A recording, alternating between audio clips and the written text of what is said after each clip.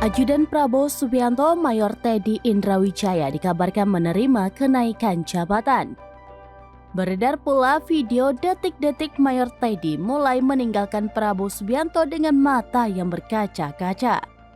Melansir Tribun News, momen itu diunggah oleh akun TikTok Partai Amanat Nasional atau PAN pada Selasa 12 Maret 2024. Dalam unggahan tersebut terlihat Mayor Teddy meninggalkan Prabowo Subianto dengan mata berkaca-kaca.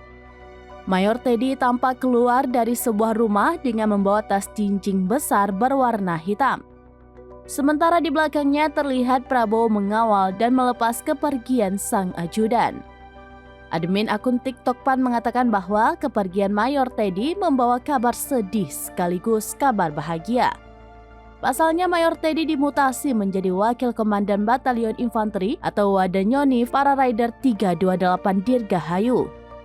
Dikutip dari Kompas.com, hal tersebut disampaikan oleh Kepala Dinas Penerangan TNI Angkatan Darat, Brigadir Jenderal TNI Kristome Sianturi.